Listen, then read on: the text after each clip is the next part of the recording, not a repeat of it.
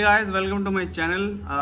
आज हम बात करने वाले हैं कुछ बैंकिंग टर्म्स एंड कंडीशंस के बारे में।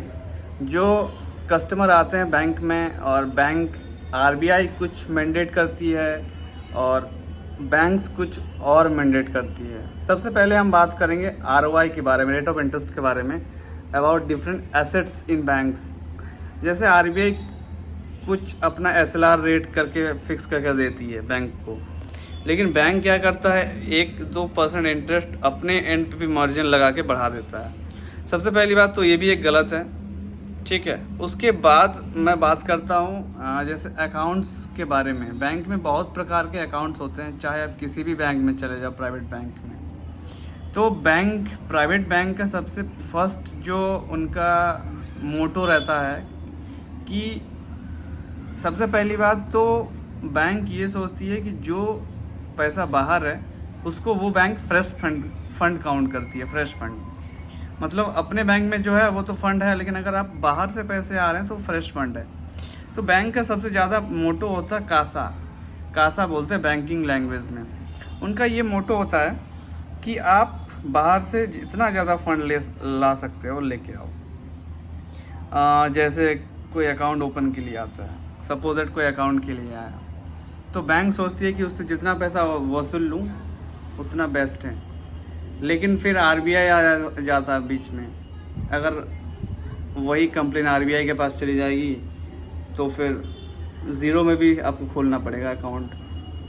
तो ठीक है, एक आरबीआई भी फैसिलिटी करता है कि आप अपनी मनमानी नहीं कर सकते। जैसे प्राइवेट स्कूल अपनी मनमानी करते हैं तो फिर सरकार उनके ऊपर एक्शन ले लेती है, वैसे ही बैंक अगर अपनी मनमानी करे तो आरबीआई बीच में कूदता है, क्योंकि अभी आप सीधा कंप्लेन आरबीआई में कर सकते हो।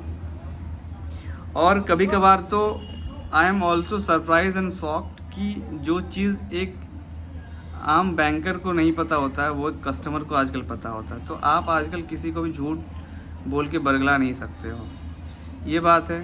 तीसरी बात ये है कि कुछ लोगों को फंड्स भी नहीं देने होते हैं बैंक में। मैं ये बहुत गौर करता हूँ। जैसे आपको ज़ीरो बैलेंस भी खोलने हैं, तो मैं एक चीज़ मेरे दिमाग में ये आती है, और ये चीज़ आपको भी शायद लगती होगी, कि अगर आप ज़ीरो बैलेंस अकाउंट खोलना चाह रहे हो तो हमारे इंडिया में बहुत सारे सरकारी बैंक हैं जो 500 रुपया या 200 रुपया या 1000 रुपया मिनिमम मेंटेनेंस पे अकाउंट्स खोलते हैं।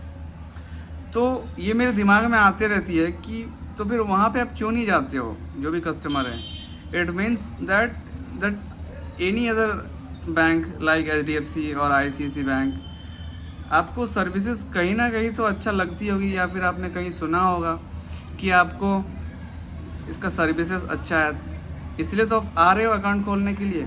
फिर आप जब सुन रहे हो कि आपका सर्विसेज भी अच्छा है और आप फंडिंग भी ज़ीरो करना चाह रहे हो, तो ये कहाँ की बात हो गई। मैं इसके थोड़ा सा सहमत मुझे नहीं लगता कि ये है, ठीक है।